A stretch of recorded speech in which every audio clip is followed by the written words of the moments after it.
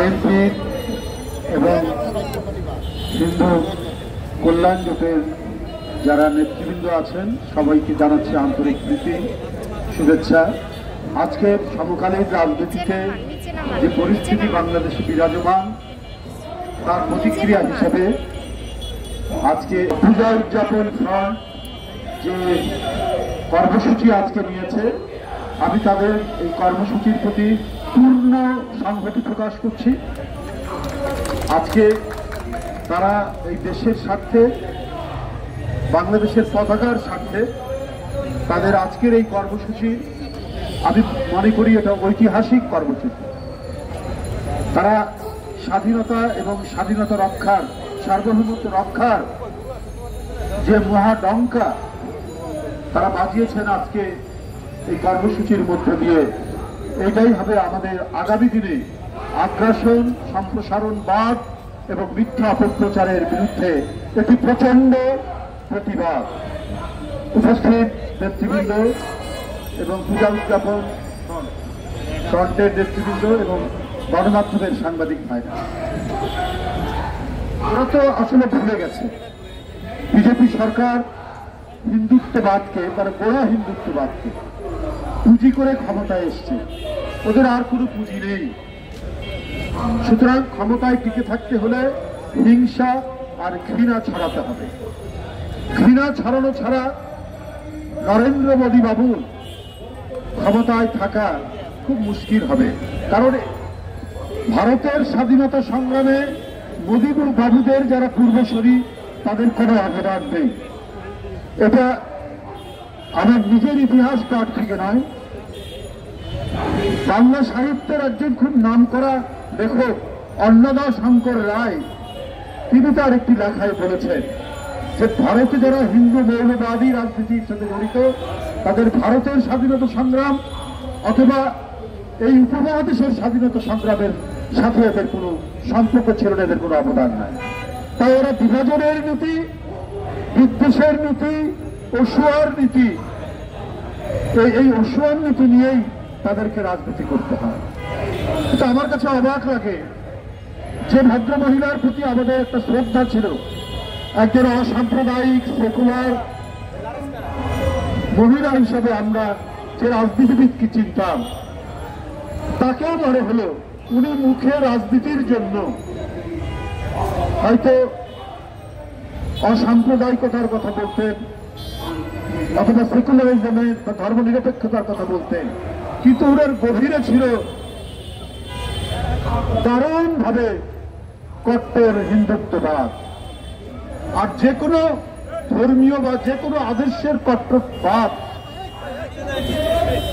কাঠিন্য এবং কঠোরতা এটা মানবতার পরিপন্থী। যে কোনো ধর্ম সম্প্রদায়ের চরম কট্টর নীতি হচ্ছে মানবতাবাদের বিরুদ্ধে যায়। হিন্দু ধর্মের উপনিষদের যে বাণীগুলো রয়েছে সেই বাণী আমরাও পাঠ করি। অসাধারণ মানবিক এবং অসাধারণ ঈশ্বর প্রেমের বাণীগুলো উপনিষদের মধ্যে আছে, কিন্তু সেই বাণী কিন্তু অনুসরণ করেন না মোদী বাবুরা, সুরেন্দ্র বাবুরা।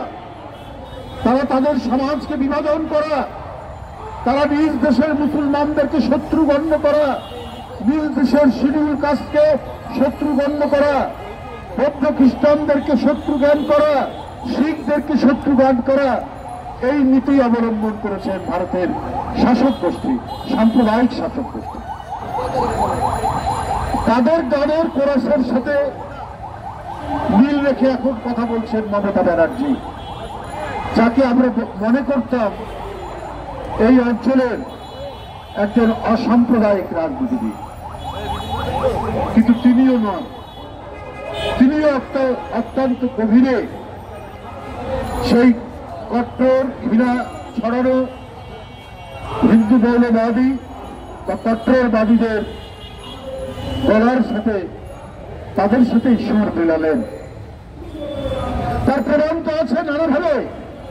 পশ্চিমবঙ্গে মুসলমানদের হার হচ্ছে 25%, অথচ সরকারি চাকরিতে মুসলমানরা সরকারি চাকরিতে আপনার তারা চান্স পায়, সুযোগ পায় মাত্র 1%। সেটারও কম।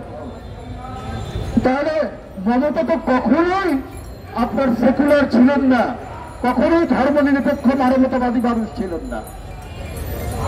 আমরা জোর গলায় বলতে পারি, বাংলাদেশের মানুষ আমরা যে যাই রাজনীতি করুক, এক শেখ হাসিনা ছাড়া যে যাই রাজনীতি করুক, আমরা অন্য ধর্মের প্রতি ঘৃণা ছড়ানো, বিদ্বেষ পোষণ করা, এইটা আমরা কখনোই করিনি।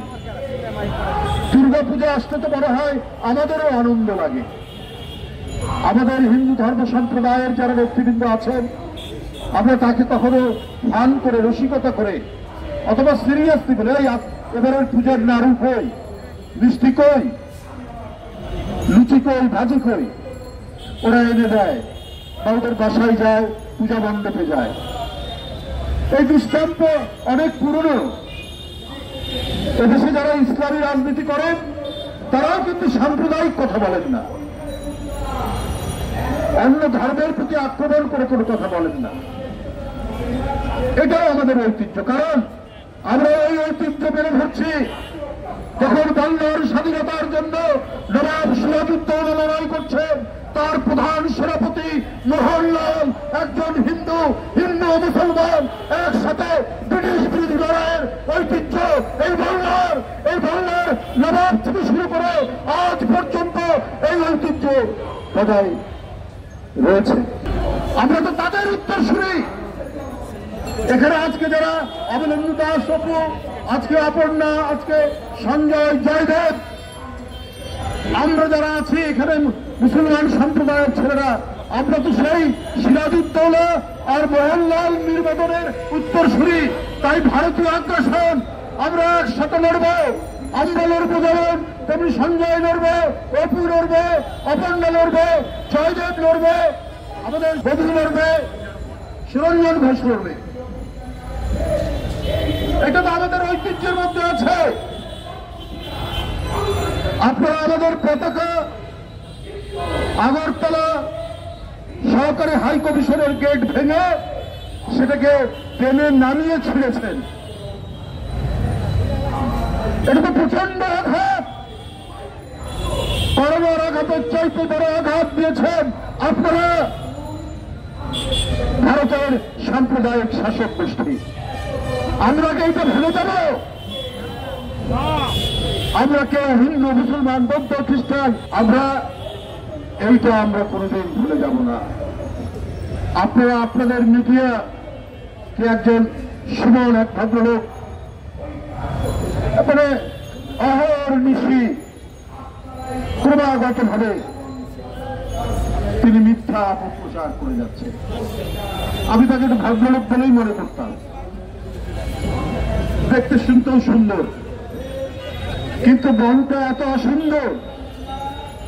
বাংলাদেশের গোপালগঞ্জে একটা পরিবারে আগুন লাগিয়ে 5 জন পুড়িয়ে মেরে ফেলা হয়েছে, ওইটা তিনি ফলাও করে প্রচার করছেন। গোপালগঞ্জে কোন হিন্দু পরিবার এর মধ্যে আগুনে পড়ে মরেছে, কেউ পুড়িয়ে মেরেছে? এত বড় মিথ্যা, এত বড় অপপ্রচার। ভারত বড় গণতান্ত্রিক দেশ, ভারত বড় সেকুলার দেশ, ভারত বড় ধর্মনিরপেক্ষ দেশ, আর তাদের মিডিয়া আজকে খেয়ে না খেয়ে বাংলাদেশের বিরুদ্ধে অপপ্রচার করছে। শুভেন্দু বাবুদের তল্পিভাবক হয়েছে। ওখানে যারা সত্যিকারের প্রগতিশীল, অসাম্প্রদায়িক, তারা এই সমস্ত মিডিয়াকে বলে কি যেন, গদি মিডিয়া।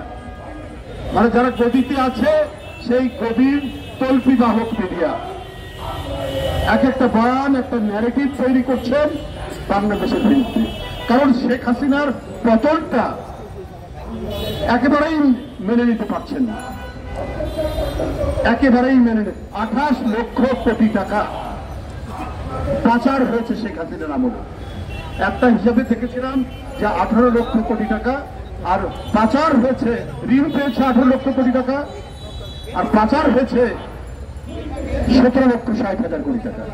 কিন্তু শ্বেতপত্র যেটা প্রকাশ হয়েছে সেখানে পাচার হয়েছে 28 লক্ষ কোটি টাকা। তাহলে এই কোটি টাকা কি এই 28 লক্ষ কোটি টাকার কত টাকা পেয়েছেন সুবর্ণ বাবুরা? এটাও আপনারা বলুন, না হলে কেউ কিন্তু বলে দেবে। বিজেপির কোন কোন নেতা পেয়েছেন শেখ হাসিনার পাচার করা 28 লক্ষ কোটি টাকার ভাগ? এটাও কিন্তু বাংলাদেশের মানুষ জেনে গেছে এবং আনুষ্ঠানিকভাবে হয়তো একদিন সেটা বলে দেবে। আমরা এত আন্দোলন সংগ্রাম, এত ত্যাগ, শিশু থেকে শুরু করে তরুণরা অকাতরে জীবন দিল, তাদের রক্তাক্ত লাশ পড়ে থাকলো, গোটা বিশ্ব কেঁদে উঠেছে, গোটা বিশ্বের মানুষের চোখ দিয়ে কান্না ঝরেছে। আর ভারত, আপনারা আমরা পাশাপাশি, আমাদের সংস্কৃতির অনেকটা মিল আছে, তারপরেও আপনারা এতখানি হিন্দুত্ববাদী, এতখানি সাম্প্রদায়িক, এতখানি অন্ধ যে শেখ হাসিনাকে রক্ষা করার জন্য আপনারা বাংলাদেশের মানুষের বিরুদ্ধে, আন্দোলনকারী মানুষের বিরুদ্ধে, শহীদ মুগ্ধর বিরুদ্ধে, শহীদ আবু সাইদের বিরুদ্ধে আপনারা আপনাদের প্রচারণা যেটা চালাচ্ছেন, আমাদের এই শহীদদের বিরুদ্ধে সেটা যায়। গণতন্ত্রের জন্য আমাদের মহান আত্মত্যাগ, সেই মহান আত্মত্যাগকে আপনারা ভুলন করতে করার চেষ্টা করছেন, তাতে কোনো লাভ হবে না।